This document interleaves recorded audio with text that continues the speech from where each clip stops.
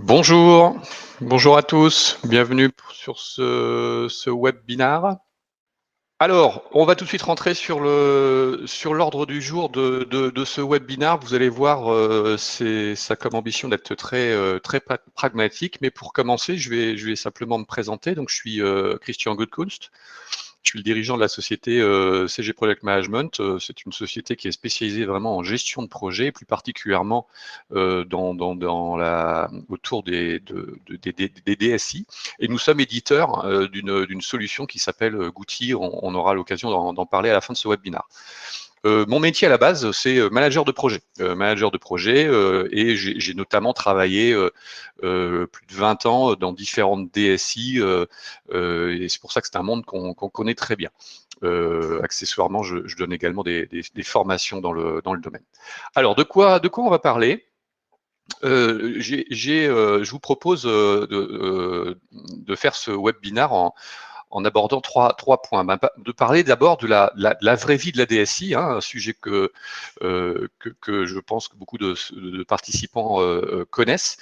Parler de ce qui se passe dans la DSI, la priorité du run, les besoins de projet et puis les profils d'équipe qu'on a. Et quelles sont les attentes par rapport à ça, les attentes des responsables, des directeurs par rapport à la gestion des projets dans une DSI, le besoin de vue exhaustive, les situations, les vues sur les portefeuilles, le prévisionnel, ces choses-là. Et puis évidemment, hein, un point important, l'objectif aussi de ces webinaires, parler de méthode. Une fois qu'on a dit tout ça, une fois qu'on a fait ce point sur la réalité et nos attentes, quelle méthode, comment on peut mettre en place une méthode et améliorer et amener de la fluidité dans tout ça. Alors la vraie vie, de quoi s'agit-il? Concrètement, aujourd'hui, dans une DSI, la priorité, c'est ce que j'ai appelé le run, hein, c'est-à-dire concrètement, c'est d'assurer la continuité de service, des services mis à disposition des utilisateurs, des clients, des partenaires, des sous-traitants. C'est clairement ça, évidemment, la priorité d'une DSI. Et ça mobilise la majorité des équipes. Alors, on parle de quoi? On parle évidemment de faire tout ce qui est supervision et exploitation, mais pas que, tout l'aspect support et maintenance, l'urgence du quotidien, hein, les priorités du moment, de plus en plus les problématiques de sécurité, la cybersécurité et les réponses qu'on doit y apporter. On n'a jamais été aujourd'hui dans un monde où il y a autant de services mis à disposition et où la DSI est vraiment un élément stratégique de l'entreprise, de l'entité, pour permettre de mettre à disposition ces services. Alors, cette priorité du run fait que on a déjà de base une complexification de la gestion des projets parce qu'on a toujours ce run qui prend le dessus et la difficulté de tenir les échéances associées. Le besoin de projet dans les DSI, c'est quoi? Alors, j'ai essayé de résumer ici un certain nombre de typologies de projets que vous connaissez sans doute très bien. Alors, le classique, hein, les upgrades système, middleware, les évolutions d'infrastructures, mais également l'aspect plus soft, les upgrades d'applications, la maintenance tant corrective qu'évolutive. Hein, ça se gère bien dans un mode projet, hein, évidemment. Hein, on ne va pas pousser comme ça des maintenances sans le traiter avec tout le cheminement normal. Les besoins, les nouveaux besoins fonctionnels, que ce soit des développements internes, des nouvelles applications, des changements de RP, des mises à jour de nouveaux modules de RP, ces besoins qui viennent évidemment des différentes entités de la société, et puis tous les besoins liés à la veille technologique pour se tenir à jour, la réalisation de POC, puisque évidemment dans une DSI et le responsable, le DSI en particulier, a ce besoin de vision, d'être en mesure d'anticiper, et donc cette veille technologique est fondamentale, et ce besoin de POC également. Les migrations, de plus en plus, hein, évidemment, hein, que ce soit des migrations plus infra ou des migrations applicatives, sans parler de ces projets très chronophages et très structurels et stratégiques liés aux croissance externe ou vente de branches qui font que, voilà, hein, j'ai un ERP, il va falloir que je récupère toute la production de l'usine qu'on vient d'acheter, ou bien on va séparer d'une filière. Il va falloir que dans mon ERP actuel, je puisse bien segmenter le temps que l'acheteur récupère les données. Et puis évidemment, tous les sujets autour de la reprise d'activité, les PCA et PRA, qui doivent être également gérés en projet. Alors, c'est pas exhaustif, mais on a évidemment ici une multitude d'acteurs différents sur ces projets, et encore une fois, une complexité sur le suivi, la capacité d'avoir une vue exhaustive. C'est quoi les équipes? Les équipes avec qui on va travailler sur ces projets. Alors là, je vous fais une brève description, puis on va rentrer un peu dans les détails. Le profil technique, le profil fonctionnel, qui a la compétence technique fonctionnelle, c'est pas un profil qui gère des équipes. On parle de qui? L'administrateur système, réseau, le DevOps, le SPDBA, etc. On va retrouver évidemment cette typologie de profil dans une DSI. On va retrouver le chef de projet qui, lui, a la responsabilité. Alors, ça va être la responsabilité d'une ou plusieurs applications, ou plusieurs projets, qui potentiellement est un rôle de chef d'équipe. Il va avoir des gens sous sa responsabilité, pas nécessairement une responsabilité hiérarchique, c'est-à-dire une responsabilité fonctionnelle par rapport à ses projets ou ses applications, sachant qu'on a des chefs de projet qui sont aussi autonomes, c'est-à-dire qu'ils ont aussi le profil technique. Et puis évidemment, le troisième type d'équipe, c'est le manager, le responsable de domaine, et puis au final le DSI. Ce profil manager avec des responsabilités hiérarchiques sur des personnes, sur des ressources humaines, qui fait partie des équipes de direction et qui, au quotidien, s'engage, prend des décisions, a besoin d'anticiper, a besoin de visibilité. On va focaliser sur deux profils, le profil technique et les chefs de projet. Quelles sont les compétences de ces personnes pour du projet, les compétences projet du profil technique. Alors, c'est des stéréotypes que je vais vous montrer, mais vous allez vite comprendre la logique derrière. Notre profil technique, lui, la priorité, c'est la tâche. C'est-à-dire qu'il est là, il produit, on lui donne du travail à faire, il produit. Il a une excellence technique. Alors, technique fonctionnelle, évidemment. J'ai simplifié pour le visuel, profil technique fonctionnel. Je mets ça dans le même style. C'est-à-dire qu'on va retrouver ce même stéréotype. Donc, recherche d'excellence, il n'a pas forcément d'appétence sur l'aspect planification, anticipation. C'est pas son job. Lui, il est sur son aspect fonctionnel technique. Il va pas forcément être à l'aise quand il faut gérer plusieurs tâches, plusieurs projets en parallèle, parce que ce n'est pas sa responsabilité. On lui demande pas d'être dans un rôle de chef de projet. Il a souvent une notion limitée en gestion de projet, c'est normal, c'est pas son domaine. Et une des difficultés pour le chef de projet ou son manager, souvent, c'est de savoir qu'est-ce qu'il est en train de faire. C'est quoi son travail à un instant T, le travail que ce profil technique a à faire également. Au niveau du stéréotype du chef de projet, j'ai ici dissocié en deux catégories. Pourquoi? Parce qu'on a ce que j'appelle le chef de projet junior, qui ne veut pas dire le jeune chef de projet par l'âge, mais le jeune chef de projet par l'expérience. Le chef de projet, surtout dans une DSI, vous le savez très bien, la plupart des chefs de projet dans une DSI, ce sont des gens qui ont un background technique. Ils ont un profil technique et à un moment donné, ils prennent cette casquette chef de projet. Donc notre chef de projet junior, il a ce profil technique. Au début, souvent, quand il n'a pas eu de formation spécifique sur la gestion de projet, lui, la gestion de projet, c'est quoi? C'est du Gantt, c'est du planning. C'est-à-dire que quand on va lui demander de gérer un projet, il va faire des plannings. Il a une connaissance sur les méthodes de gestion de projet souvent limitée. Et il est accaparé par le quotidien, les problèmes du projet. Il a, ce que j'ai l'habitude de dire, c'est souvent des gens qui vont encore avoir pas mal les mains dans le cambouis, notamment du fait de leur profil technique. Il n'a pas nécessairement conscience du besoin de reporting et de visibilité qui est attendu au niveau du management. Tous ces aspects qu'évidemment un manager, pour lui, c'est évident, mais lui, il le voit pas forcément, notamment quand ça va bien, on va dire, que besoin de donner de la visibilité au management. Notre chef de projet expérimenté, lui, le profil est un peu différent. Déjà, il a une bonne expérience, bonne connaissance des méthodologies de projet. Il a souvent produit, il produit assez facilement tout ce que la documentation projet. Donc la documentation projet, on va bien au-delà de notre planning. C'est les différentes procédures de validation, de suivi de problèmes, tout ce qui va être lié à des présentations pour des comités, etc. Le reporting, évidemment, les comptes rendus de suivi, etc. Il est à l'aise là-dessus, il l'a produit. Et souvent, notre chef de projet expérimenté, ben, il a sa méthode, notamment par son expérience, sa méthode, ses formats, c'est-à-dire que voilà, son point de suivi hebdo, il a son formalisme, voire son outil ou ses outils préférentiels. C'est quoi les problèmes et les défauts classiques durant le projet par rapport à ces trois profils? Alors, je mets en avant des stéréotypes, hein, évidemment. Les problèmes et défauts classiques de notre technicien. Notre technicien, donc quand je dis technicien, hein, souvenez-vous, c'est notre profil technique fonctionnel. Le risque souvent, c'est qu'il va oublier des tâches à faire. Il a plusieurs tâches à faire, il peut en oublier un certain nombre. Il peut aussi ne pas être au courant, ne pas avoir eu l'information ou avoir loupé l'information du travail qu'on lui donne. On va avoir un défaut classique aussi, hein, pour les chefs de projet qui sont avec nous ou les responsables, vous l'avez forcément vécu, le manque d'information proactive, hein, on n'a pas forcément l'information sur l'avancement.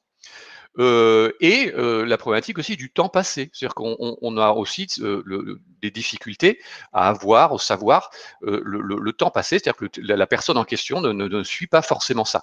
J'insiste, hein, je suis en train ici de mettre en avant les problèmes classiques. Hein, je suis pas en train de dire que tous les profils techniciens ont ces problèmes-là, bien au contraire. Mais voilà, sur un pôle de profil technique fonctionnel, on va avoir cette typologie de problème qui va surgir sur différentes personnes. Notre chef de projet junior, lui, le défaut classique, c'est qu'il ne va pas faire de rapport d'avancement, notamment parce qu'il faut qu'il focalise sur la tâche et puis qu'il n'a pas, souvenez-vous, il n'a pas conscience forcément de l'intérêt, du besoin.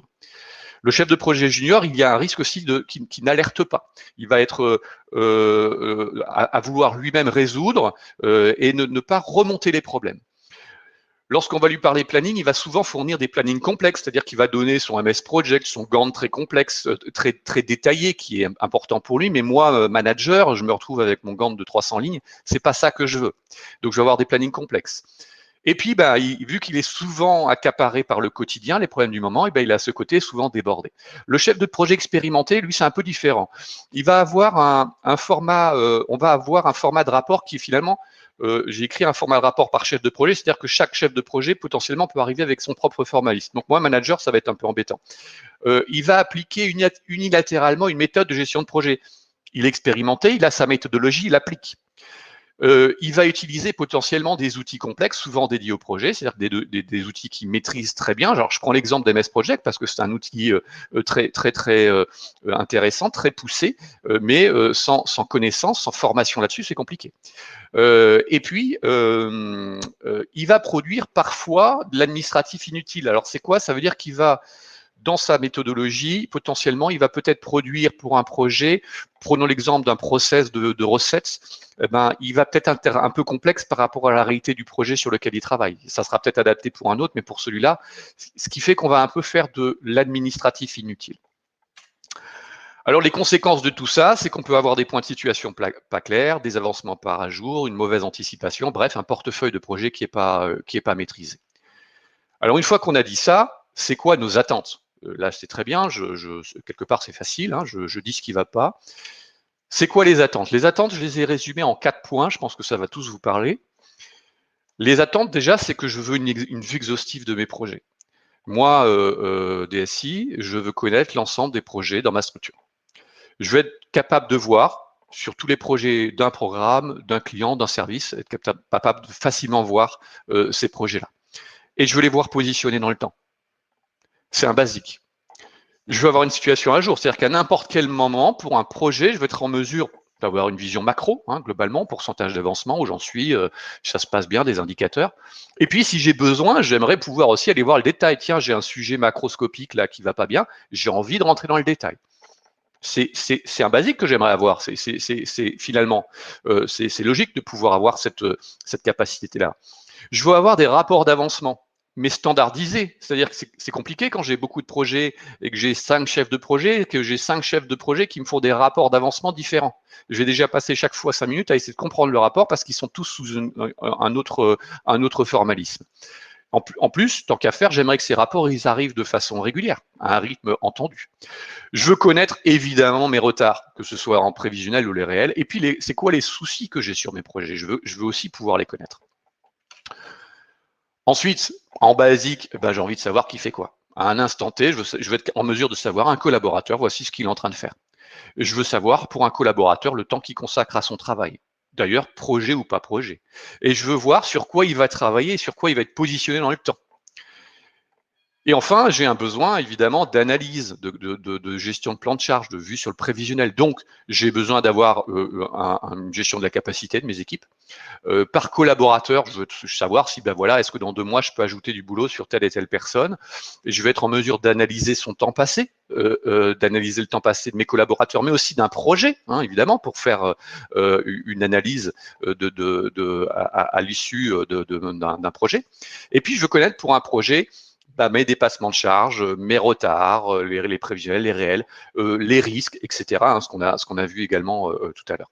Donc ça, c'est ce que j'appelle les basiques attendus, c'est 4 points où légitimement, moi, dans mon rôle de manager, j'aimerais avoir une réponse sur ces 4 points.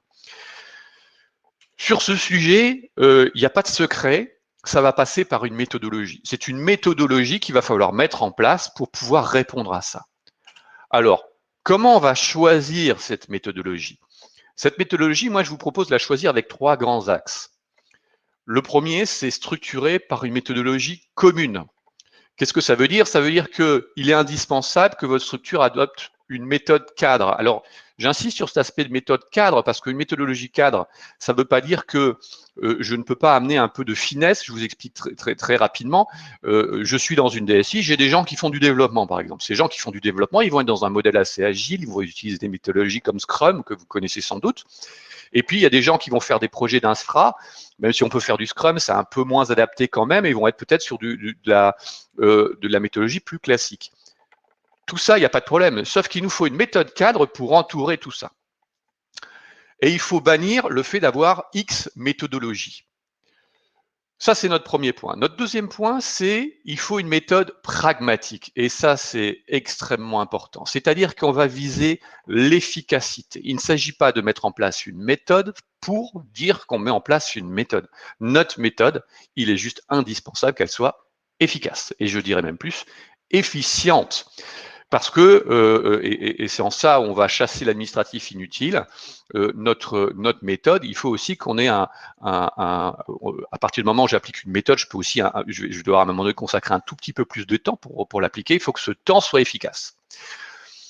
Et notre chef de projet doit y trouver un intérêt, évidemment, parce que le chef de projet, c'est souvent lui qui va la mettre en musique, cette méthode. Donc notre chef de projet, s'il y trouve un intérêt, il va le faire de façon aussi beaucoup plus, avec beaucoup plus de facilité, parce que même pour lui, ça va l'aider.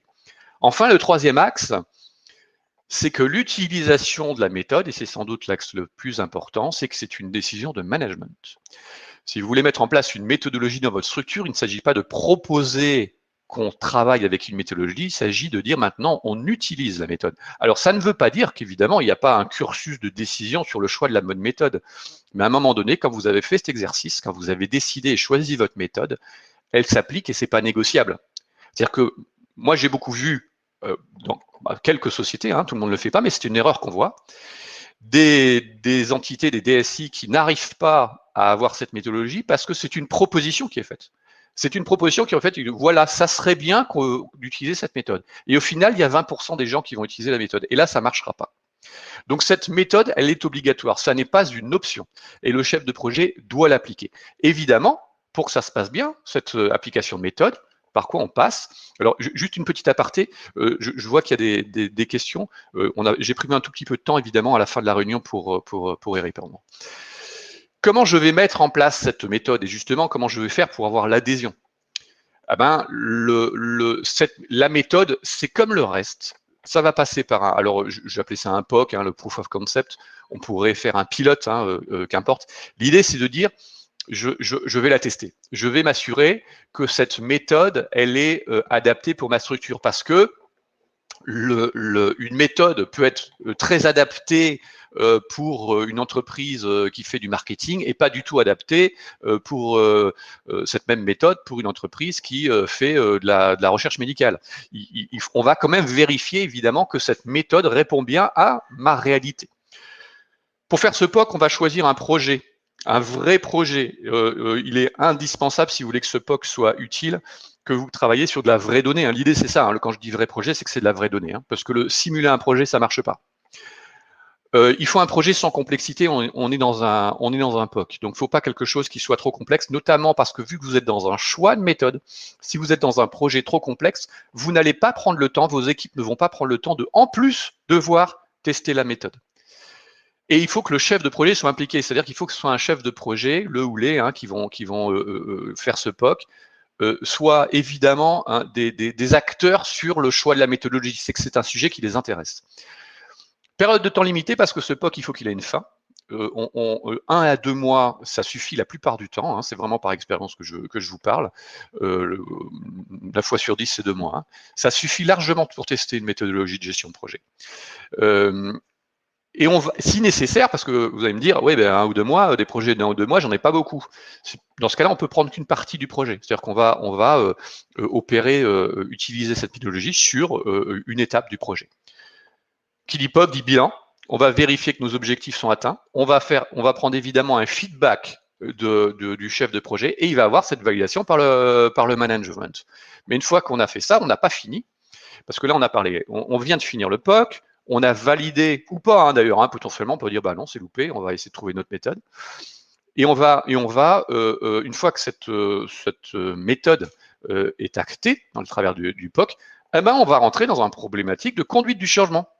Il va falloir, puisque c'était facile de dire méthode obligatoire, mais vous savez très bien que la vraie vie, ça marche plus comme ça. Hein.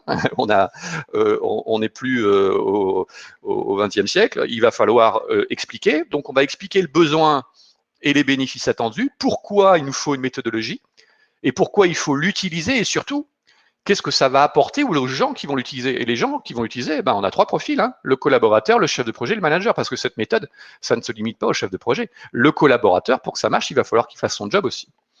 Donc on va avoir une première étape qui est clairement une explication du besoin et des bénéfices.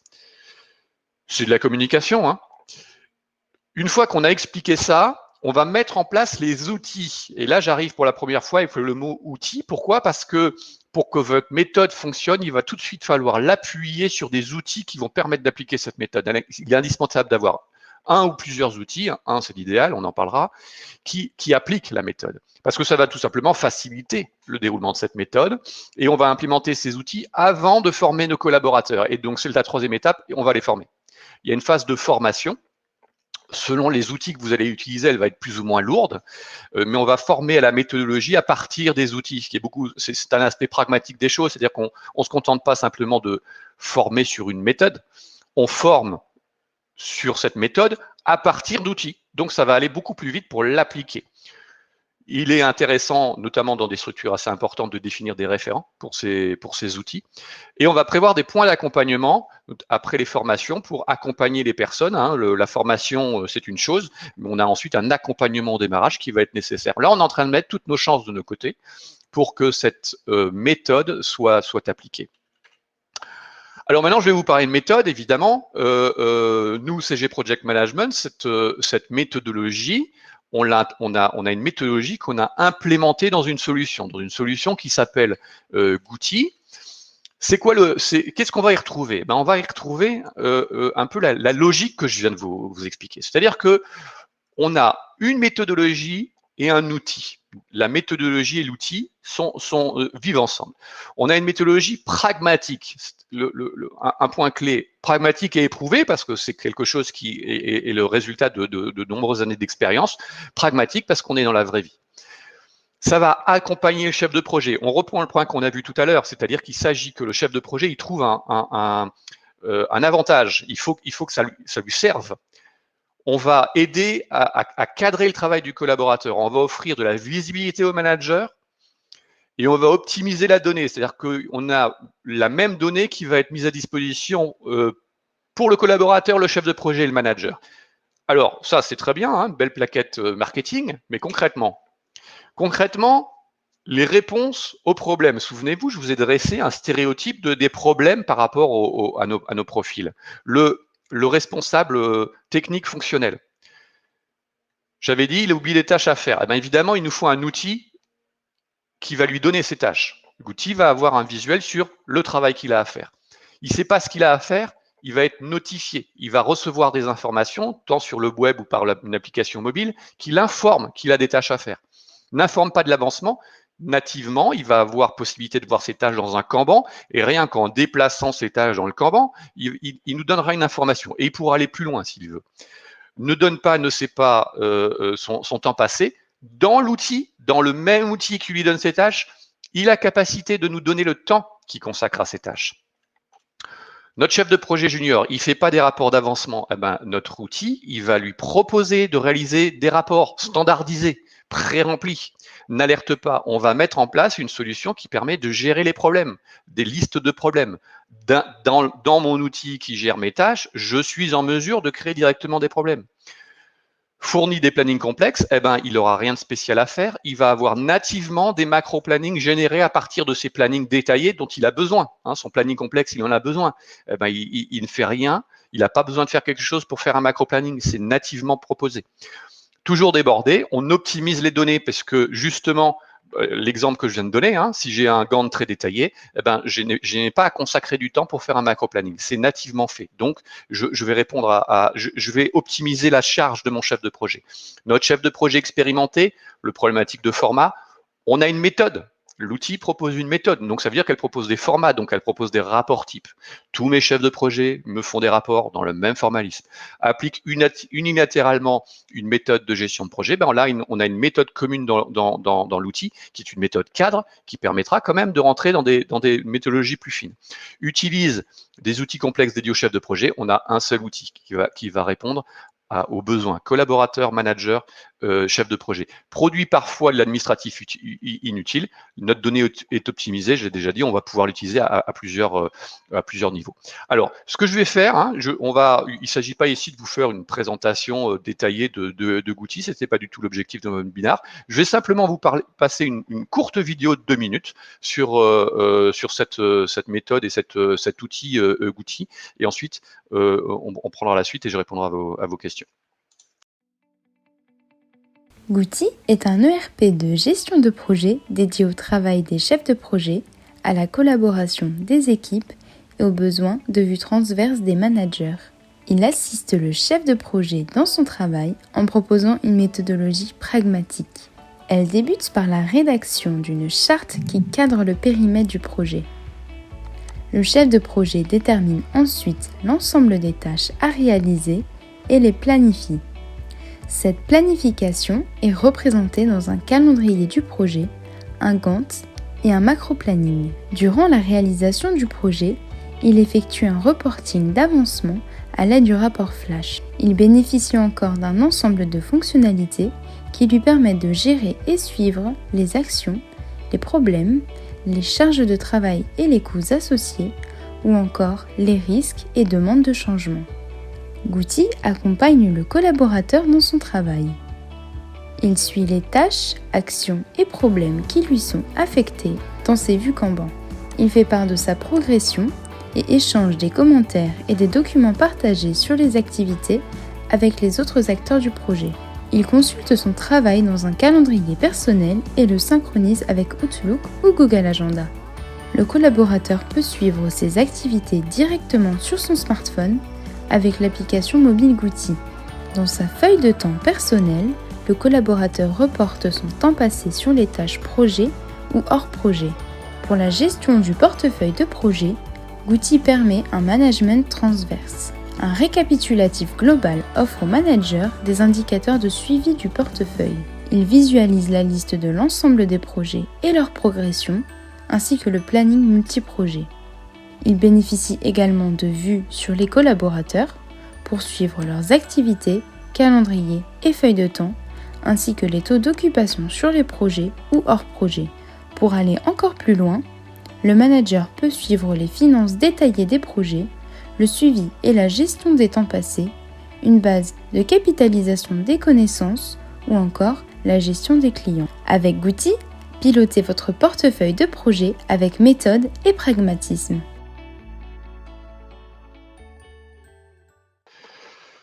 Je vais prendre les questions que vous pouvez avoir sur ce qu'on vient de voir ensemble. La première concernant Gouti, sachez que si vous le souhaitez, hein, puisque Là, cette vidéo vous donne un certain nombre d'informations qui vous permettent de mieux comprendre de quoi il s'agit.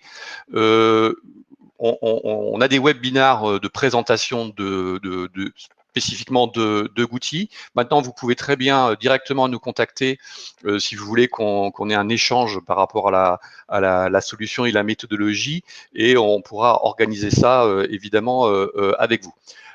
Ensuite, alors je regarde les différentes questions. Au niveau de l'outil est plus dédié à un manager qu'à un chef de projet. Non, c'est-à-dire que l'outil, il a vraiment, il va répondre à trois profils. Il va répondre au profil du collaborateur, celui qui voit le travail qu'il a à faire et qui va interagir par rapport au travail qu'il a à faire.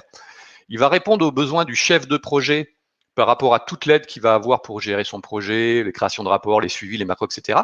Mais également, et même entre guillemets surtout, au manager, parce que le manager va bénéficier d'une vue macro de toutes ces données-là.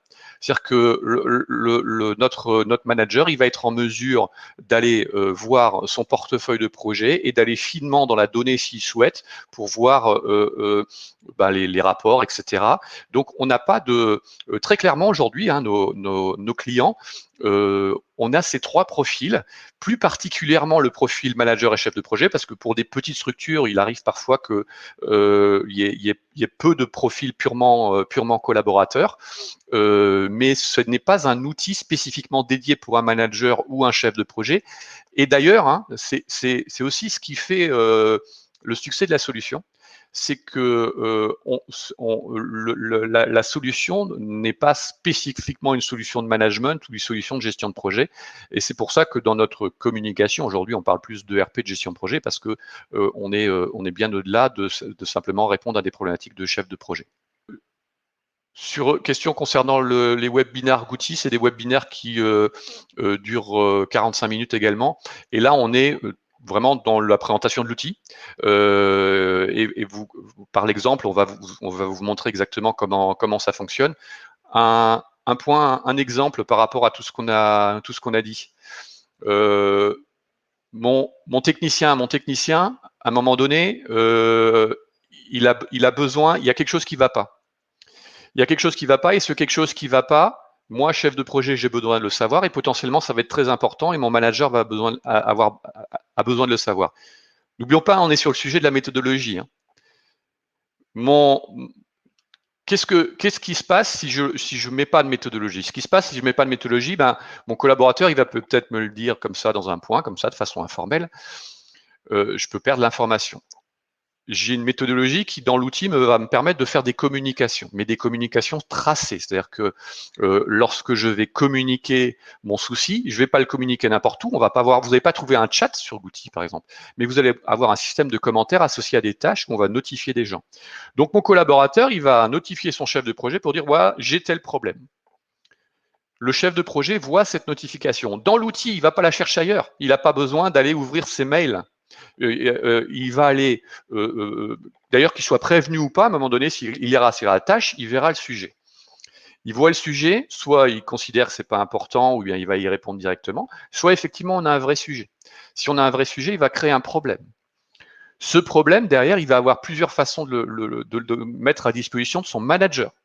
Le manager, lui, il pourra avoir un accès au problème, et puis il y a ces fameux rapports, notamment les rapports flash, où notre chef de projet, il décidera si ce problème, il veut en donner de la visibilité ou pas.